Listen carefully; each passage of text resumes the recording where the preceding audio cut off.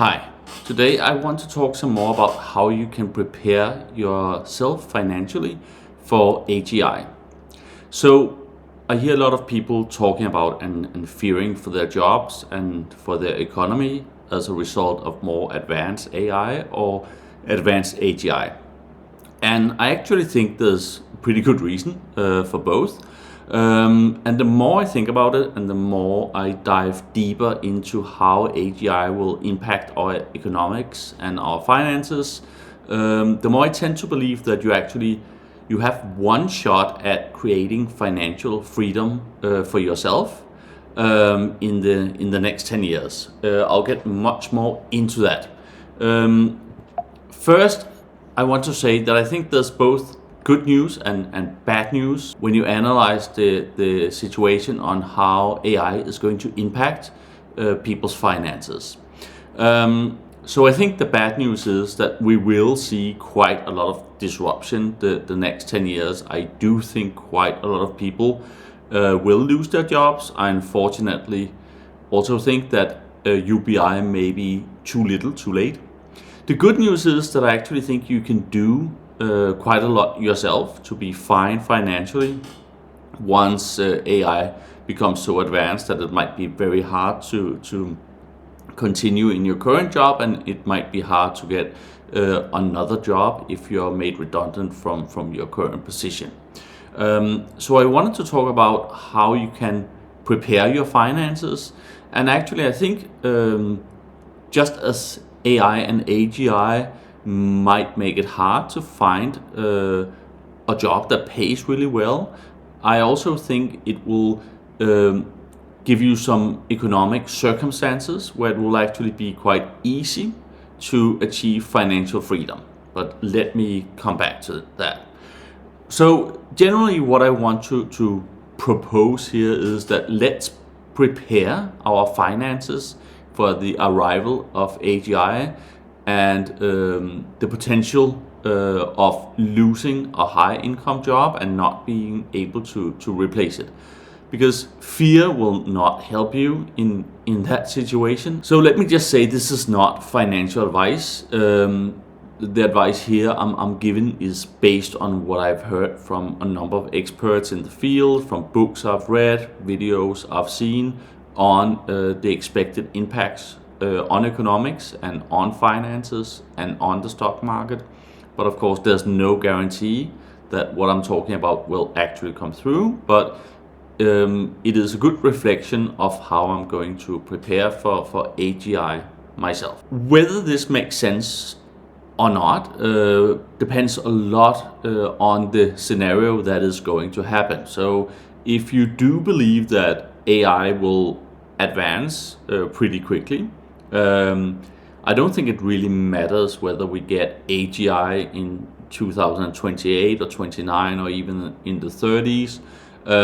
What matters is the direction, right? That AI and the models will become more and more advanced and more effective at replacing human workers.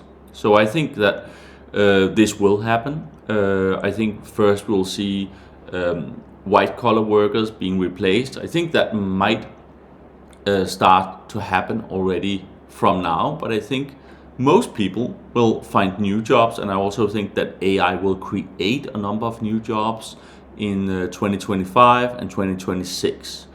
But then I think the models will become so capable around 2027 and 2028 that finding that new job and upskilling yourself might be like chasing your own tail, at least for a large portion of people. So I do expect some unemployment to increase there, especially within white collar workers, and then later followed by blue collar workers, as we'll see more robotics in the late 20s and the early 30s. And again, I do think that people can find new work, but some will find less well-paid work. Others will find more what I would call labor of love, so something they've always wanted to do, but it might not pay them a lot compared to their former job. So this, of course, creates quite a lot of financial worry. I also think, of course, governments will try to regulate and intervene in different ways.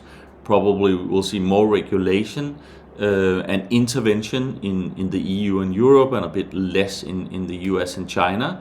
But then again, I think the global economy is quite connected. So even if we have local governments in Europe intervening, then those jobs will probably disappear to AIs in the US and in Asia, at least for some of the jobs. The other thing I think is, once the governments realize that there will be permanent unemployment or employment that will not pay the salaries we're used to, they will start to implement some form of UBI or some form of extension to the welfare benefits we already see. So I do think UBI is the better model, and to define UBI, it's basically that every citizen will get a fixed amount regardless of how much they're able to pay. And I think it makes sense when you get to the level where you have quite a lot of people who do want to work, but they will simply not be able to find work that will be able to give them the kind of welfare they had before, the kind of lifestyle that they're used to. So UBI is a fixed amount of money you receive no matter what. And I think comparing that to, for example, traditional welfare, then traditional welfare is all about saying to people, this is temporary, you need to find yourself a job. So I think governments will probably realize that UBI is needed.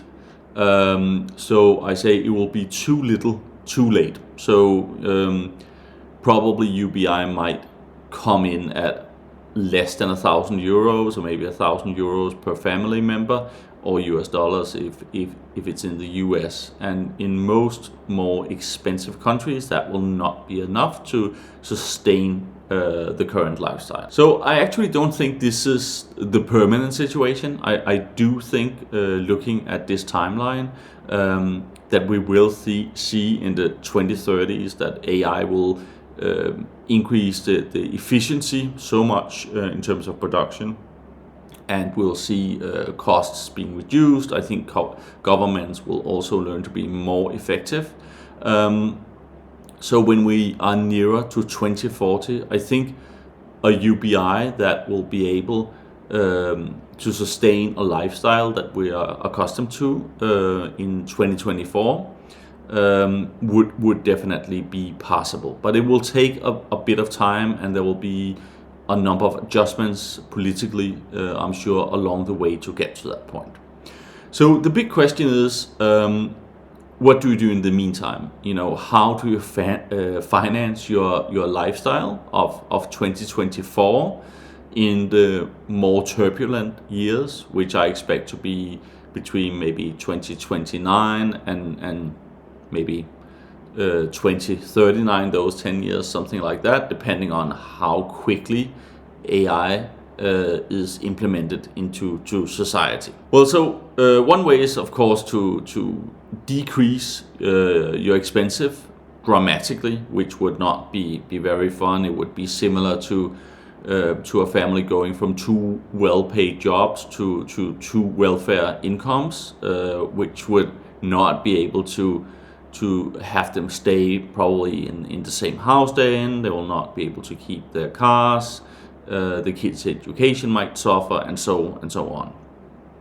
An alternative that I think quite few people actually think about is, can I build a nest egg that is large enough for the family to be financially free?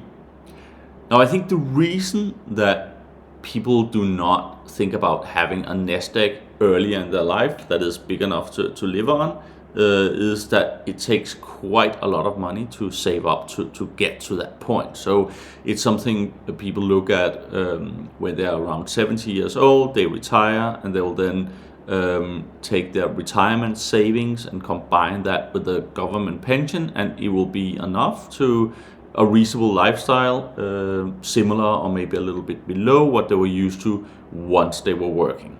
But what I'm saying here is you may need that money before you retire. Let's say you're 40 now, and then you might need that money between you're 50 and you're 60, because this may be the time where you actually retire from the work that you are accustomed to, and maybe also the salaries that you're accustomed to. So looking at the current rule of thumb in terms of achieving financial freedom early, well, it's actually pretty tough. The rule of thumb is that you need to save up 25 times your expenses if you use the rule called the 4% rule that I think a lot of experts within pension and finance agree on, which basically means you can withdraw 4% of your equity portfolio every year, and then it will probably last you at least 30 years, but quite realistically it might actually last forever,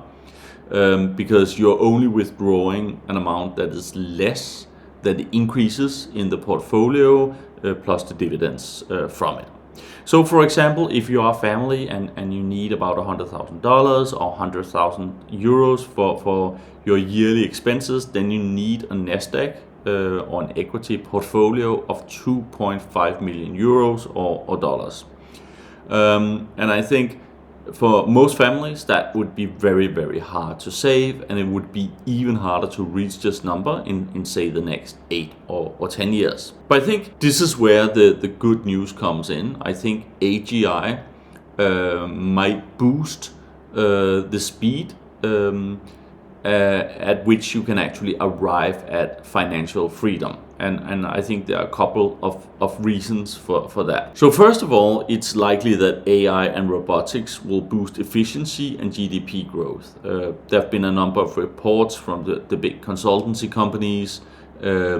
Obviously, nobody knows yet what we're talking about, but there have been estimates of GDP growing from currently maybe 2% after inflation to maybe 4 or 5%, and some people believe even higher.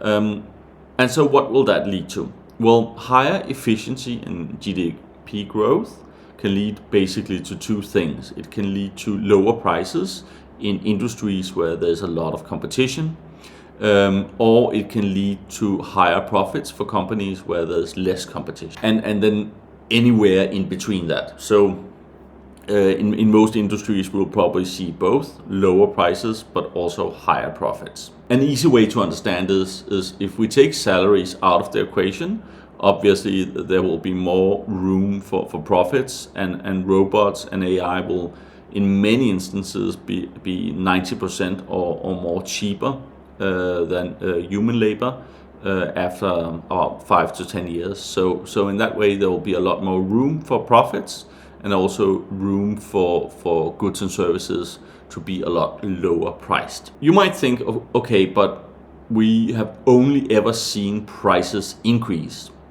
But inflation does not come that even. We're actually seeing, if we look at the last 100 years or even just the last 50 years, we are seeing that we are using a smaller percent of our income on, for example, food. Food used to be 40 to 45% of our income in 1920.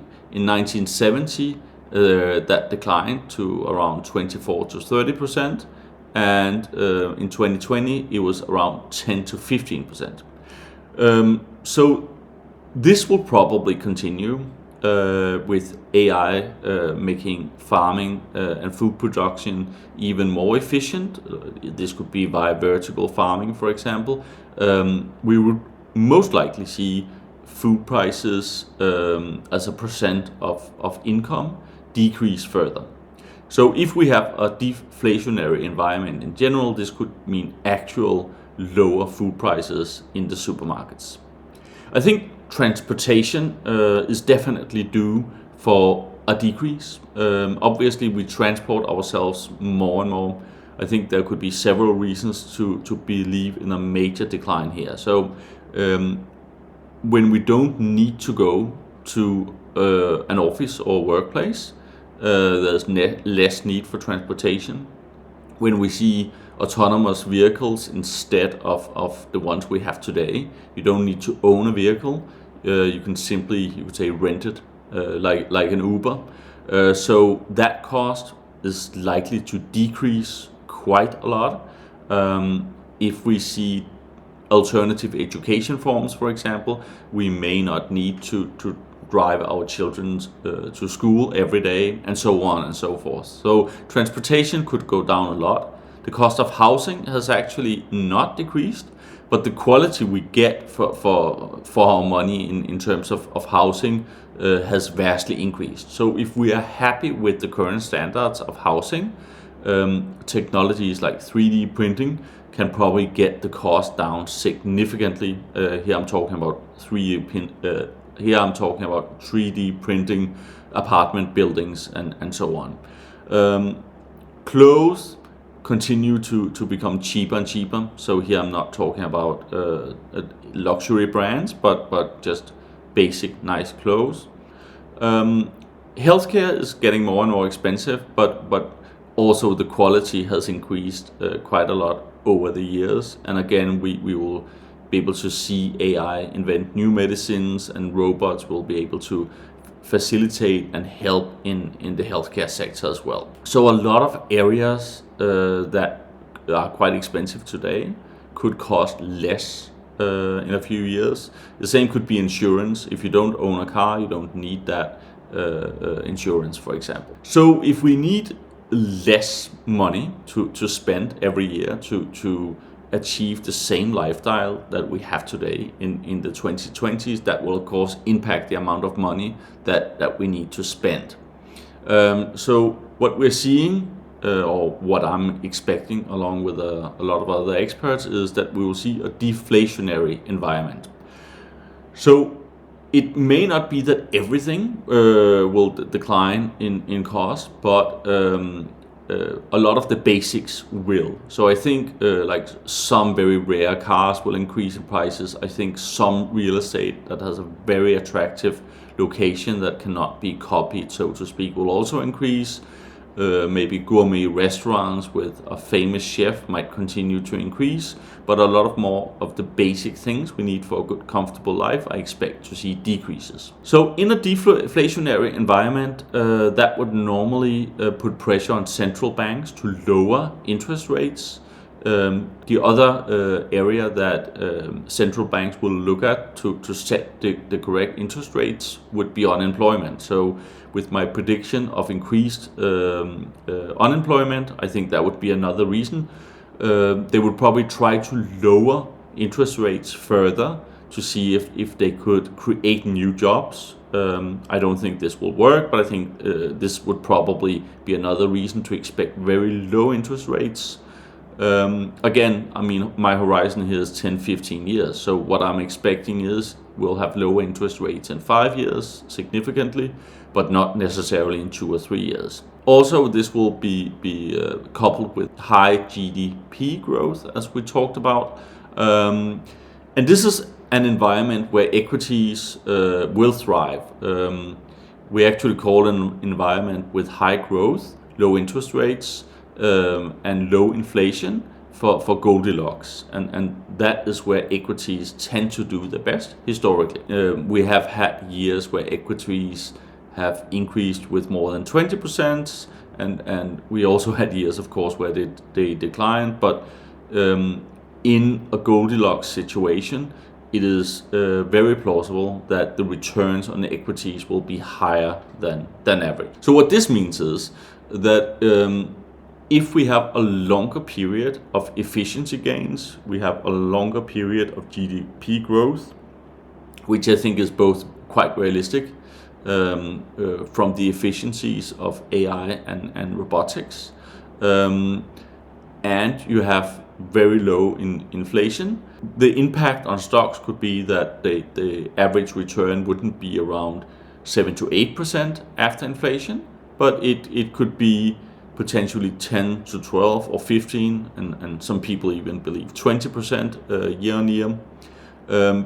But the trend seems to be that it would be higher than the historic average. So let's just say 10 to 12% increase year over year for the next 20 years. Obviously, with all this turmoil, I think there will be a lot of ups and downs in the stock market, and it will be super difficult to predict. But over the long haul, I'm pretty sure it will be more up than down, and it will be more up than other decades that we can compare it to. And this could mean that the withdrawal rate, the safe withdrawal rate of 4% could become maybe 7 to 9%. So this will have a huge impact on how much money you would actually need to save to achieve financial freedom. So again, looking at inflation and keeping prices in check and even negative for most goods, combined with above average returns, we're in a good situation to actually achieve financial freedom a lot earlier than we would otherwise plan. So let's say that the $100,000 euro or dollar lifestyle of 2024 for family 4, for example, could be achieved in 2030 for only $75,000. So for $25,000 less. And again, I think that's quite realistic when you look at, for example, transportation costs going down. I think rents could be kept in check or even go down as a result of 3D printing apartments. So there would be lots of arguments to say that this is possible. And we also have the historic numbers looking at how, for example, food and clothes continue to become cheaper and cheaper versus other more luxury like costs. Let's at the same time assume that once we reach 2030, there will be a level of UBI. So this could be €1,000 or $1,000 per person. Again, I mean, this is low compared to many of the salaries people get in countries such as Germany or the US or the UK, where average wages typically would be around maybe $60,000-$70,000. So of course this is a lot less. So I think not completely unrealistic. So this would actually mean that a family of 4 would receive a UBI payment, if there's no tax on it, on around $48,000 or euro. And if we said their lifestyle cost was $75,000, again to get exactly the same quality of life as they have in 2024, then they would be lacking $27,000. So the $27,000 is what the equity portfolio would need to cover in order for people to have financial freedom. So basically the state would pay for the $48,000 of the $75,000. So here is the interesting part. So let's say we can change the 4% rule to maybe a 5 or 6 or 7 or even 8% rule that you can withdraw from your equity portfolio. Then you actually need a lot less to finance the remaining money for the same lifestyle as we have right now. Because it's $27,000 or euros a year, then if you withdraw 4% from a portfolio, then you would have need to save up $675,000. If you believe that 8% would be the safe withdrawal rate, well, it's of course half, so only around $338,000 or euros. So suddenly we're talking about much more realistic amounts that you would actually need to save to achieve financial freedom. So of course, not all of these things may happen, but I think quite a number of them are relatively safe bets if AGI and AI is really effective at boosting productivity, which seems logical, because if it's not, I don't see how it will actually make people redundant. So if it makes people redundant, it will mean that they will boost the efficiency of production quite a lot. and this should mean and would mean lower prices on most goods. At the same time, a broad range of companies would make more money, more profit from this, which will push up the stock prices, especially in a low interest environment. And again, we've seen most governments, they do tend to try and take care of their citizens. So if we see widespread unemployment, there will be some push towards mechanisms such as UBI. And we are already seeing experimentation. There have already been experiments in the US with UBIs at levels around the $1,000 with pretty positive impact on how people actually behave. We've actually seen people behave more rationally, drink less, live more healthy once they receive a UBI. I think we still don't have enough data to really conclude all of this, but I think it's a likely scenario that actually saving for financial freedom in AGI scenario is much more realistic than it is in the current scenario. So I think let's look at how can we plan our future and how can we take it into our own hands so we're not victims of a very turbulent period which could arise shortly after we see really advanced AI being implemented into companies. Anyway, I want to hear your thoughts. I want to hear which assumptions you agree with, which assumptions you think might be wrong. So let me know in the comments what you think. Is this a realistic scenario? Thanks for listening.